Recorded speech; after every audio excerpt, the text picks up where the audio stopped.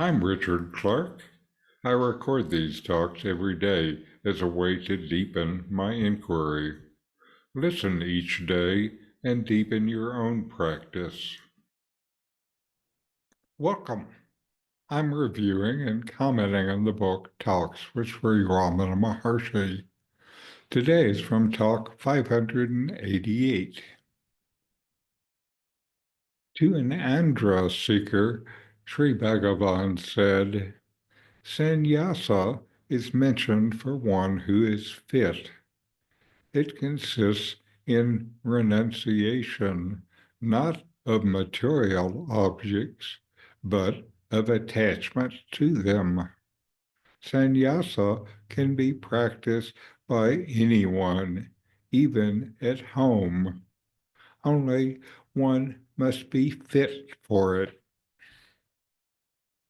When Sri Ramana Maharshi spoke to the Andhra seeker about sannyasa, renunciation, he offered a profound insight into its true essence.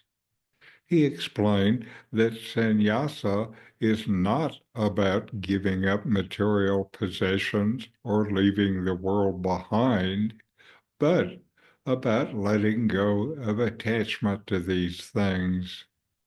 Renunciation is internal, not about things. This distinction is critical. The problem is not the objects themselves, but the minds clinging to them.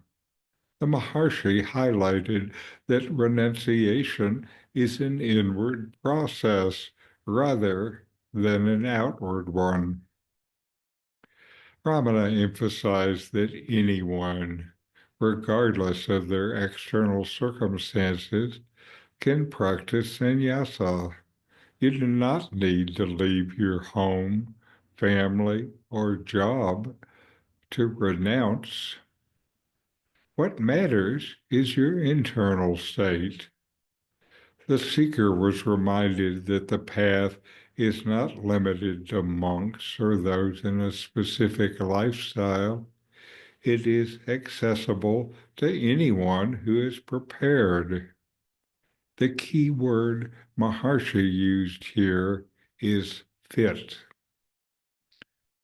What does it mean to be fit for sannyasa? It implies readiness, a state of inner maturity where you can recognize the futility of chasing external things for happiness. Maharshi's teachings always direct you towards the self, where true peace and contentment reside.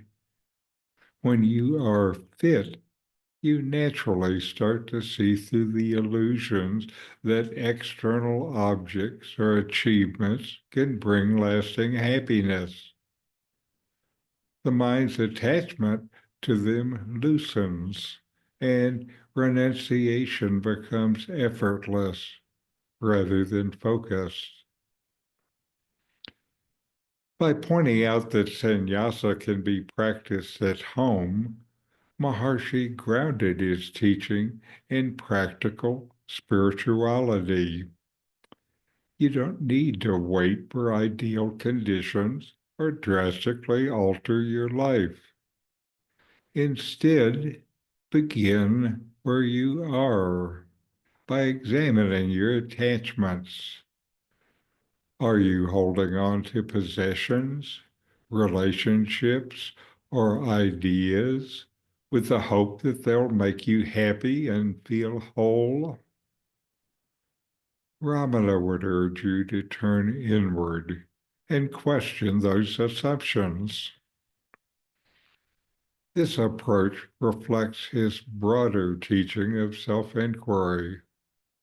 By asking, who is the one that feels attached, or who is the one who desires? You start peeling back the layers of ego and mind. In doing so, you move closer to recognizing your true nature as the self, which is always free, and unbound. Renunciation, then, is not an active rejection, but a return to your natural state of being. Ramana Maharshi's response shifts the focus from external renunciation to inner detachment, reminding you that liberation is not tied to your circumstances, but to your knowledge and direct experience of the self. So know yourself and be always free and at peace. In 40 Verses on Reality, Ramana Maharshi explains the nature of the self, the ultimate reality, and self-inquiry. My new book, with my comments and inquiry questions, opens these teachings up and brings them into your practice and experience. Available now from Amazon. Link in the video description. These videos bring Ramana's teachings into your direct experience. Click subscribe to see more. Click thumbs up to like, and send questions and start a dialogue with a comment.